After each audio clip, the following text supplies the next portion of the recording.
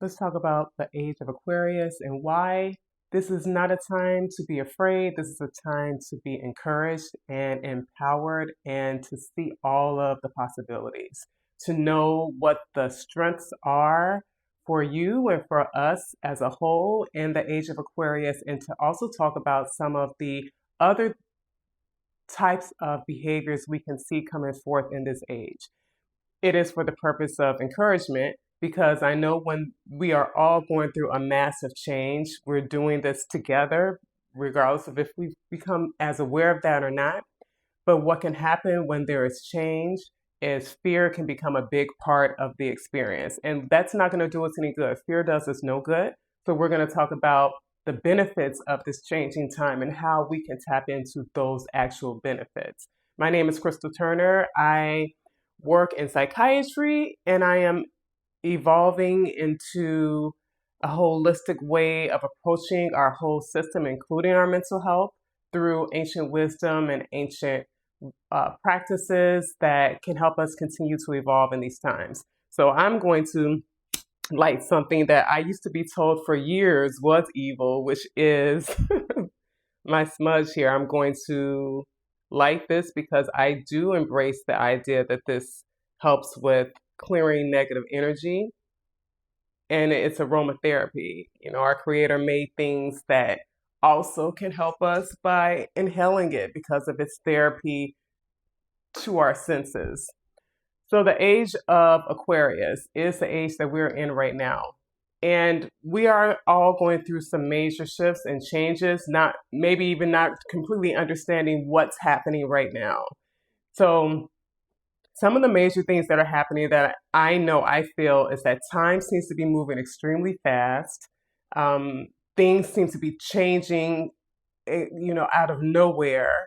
There seems to be a whole new introduction of technology that can seem overwhelming. But if I were to tell you that these are part of what is already known to happen with this changing time and how we can benefit, would that help you to be able to be more courageous in these times?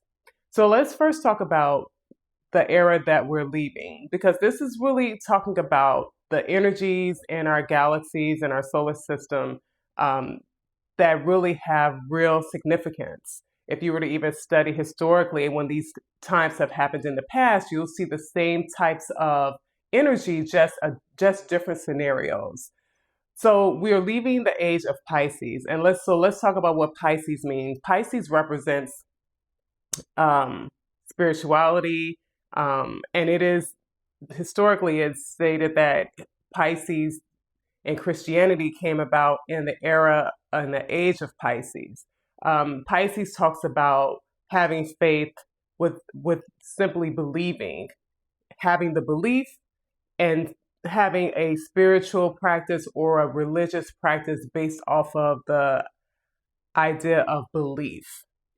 And also some far out thoughts out there too can be a part of Pisces, because Pisces is ruled by Neptune, and that is part of what Neptune represents. There are a lot of great qualities about Pisces as well, but we're talking about the age of Aquarius. So just to let you know what we're leaving an era of believing based off of blind faith. And now we're entering the age of Aquarius, which talks about reasoning. It talks about spirituality, but from a place of reason, a place of calculated understanding and knowing, as opposed to believing. But in this era, we will talk about that more. We're in this era and this age of Aquarius. There are a lot of things happening. So we're going to talk about the lower nature of Aquarius and then the higher nature of Aquarius, because we're going to end this on a good foot so we can leave this feeling the motivation and the power behind it. But in the lower nature of Aquarius, Aquarius is ruled by Uranus. And this energy in its lower nature and its unevolved nature can be very disconnected, can be cold. And if we really think about what we're seeing in our systems, political systems here in where I live in the United States, there is a lot of disconnection with government and with the experiences that people are having. Many people are like thinking like, how could any government, cut off certain funding for people, caring for people's needs, their soul, their spirit? Where's the love? Because it seems so disconnected and cold-hearted to the core. And that is a part of what Aquarius can represent in its lower nature, very cut off, very groupthink, really controlling by trying to get the group to think a certain way. So trying to persuade a certain thought that can really impact, the whole. It can be sometimes,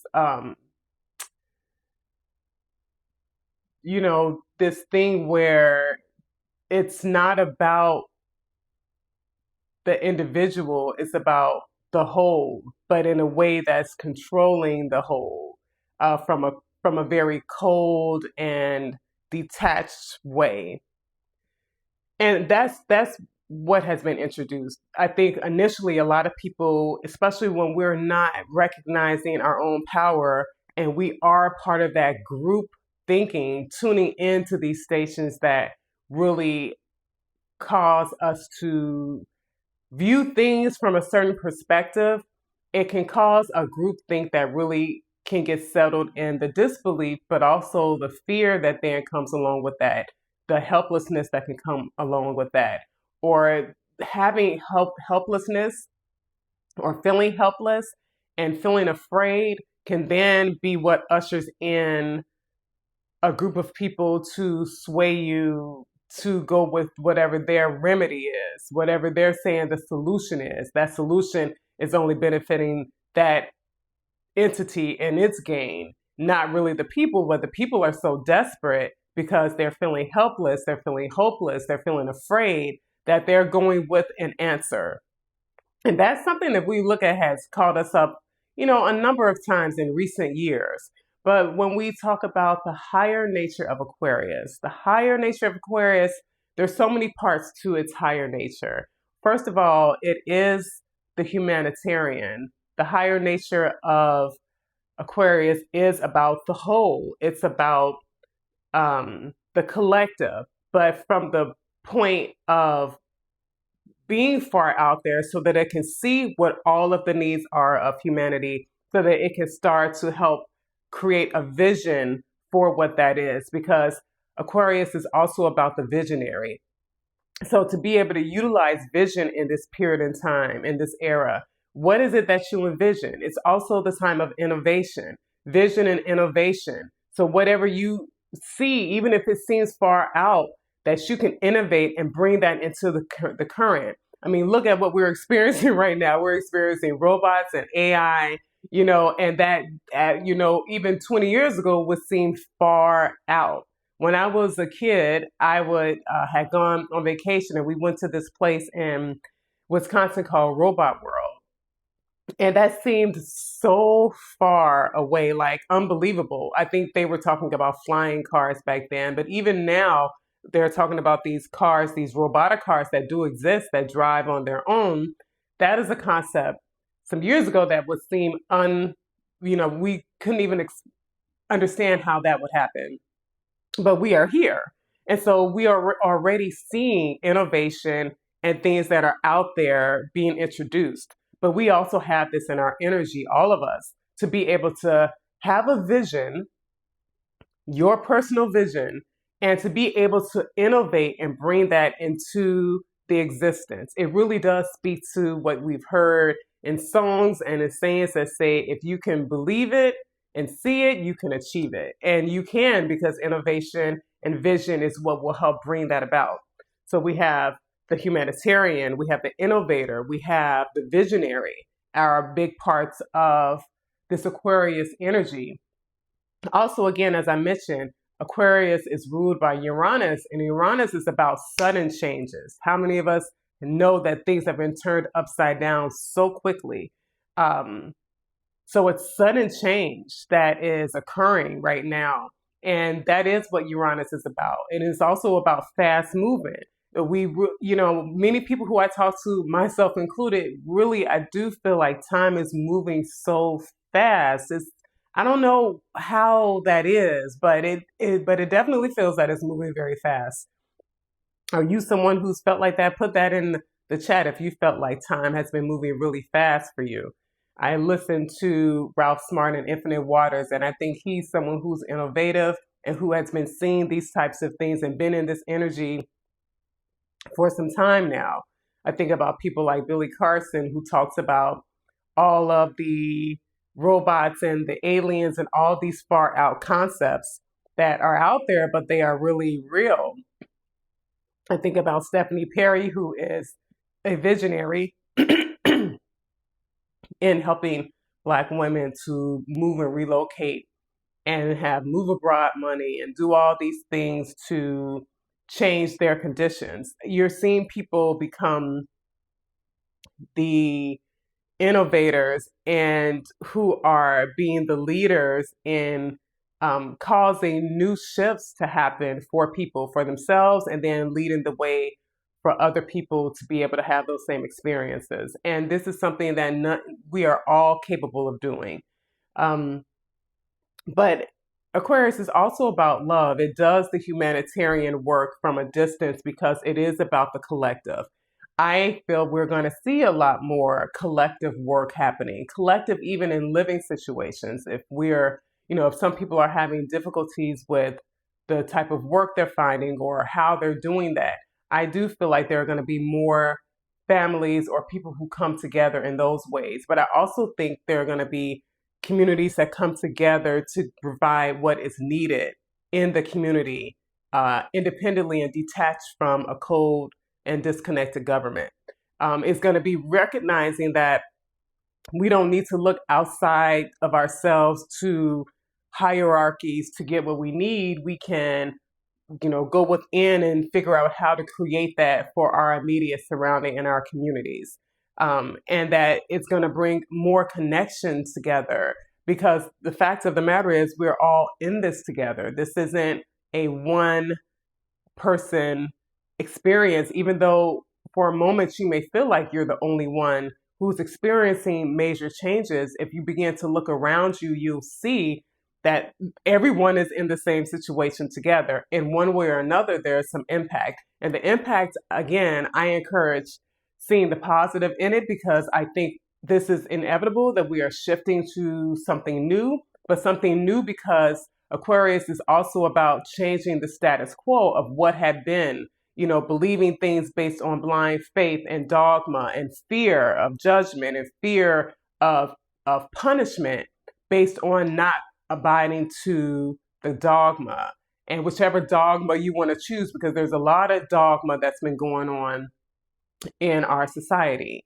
But changing the status quo of all of that and flipping that on its head and creating a new status quo that comes from reasoning, that comes from what makes sense, that comes from knowing. And we move much better when we come from knowing in the first place. I for many years was practicing Christianity, and I chose to stop practicing Christianity because there were things that weren't making sense to me. There were things that I was only doing it because of fear of judgment, fear of walking away from the structure, the dogma, and having to stand out and then be judged based off of that. But my belief was not based on any type of reasoning. My knowing now is based off of reasoning. And the main reasoning is learning principles and applying those principles to my life, and then seeing those changes and seeing how that's benefited my life. Once you're able to apply something to your life and you see that it's been beneficial, that's all you need to know, because this is about your personal movement through life that then can serve the collective when you're doing it from a more confident place. Because if we talk about belief and we talk about knowing, which one do you think is going to present and help you to move more confidently? To know something is going to make you be more confident, as opposed to, well, I believe this is true. Knowing it, and we know things by applying to our life and seeing the outcomes from it. Now, you may apply something to your life and find that did not work for you. And that is knowing as well. But it's not doing that based off of someone else's um, foolish notions that keep you just going off of it because you don't want to disrupt the group.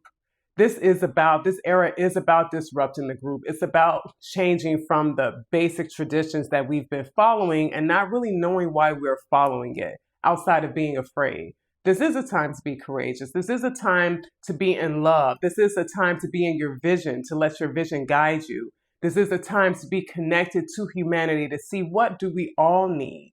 You know, not to close our eyes or turn our head to the things going on, and not to say that you can change every single thing, but you can have an energy that knows that what is right and start moving toward that in the ways that you can do it, in the ways that might start simply, but it's very different from just turning our head and just being in our own comfort. This is the time to understand that when one is uncomfortable, the collective is uncomfortable. Because if one person is able to be treated in a particular way, then we are all susceptible to that same treatment. But if one person can be loved, then we all can be loved. You know, and we bring the love. We bring the innovative ways to bring about love. We bring the innovative ways to bring about newness to humanity and to the group and to the whole.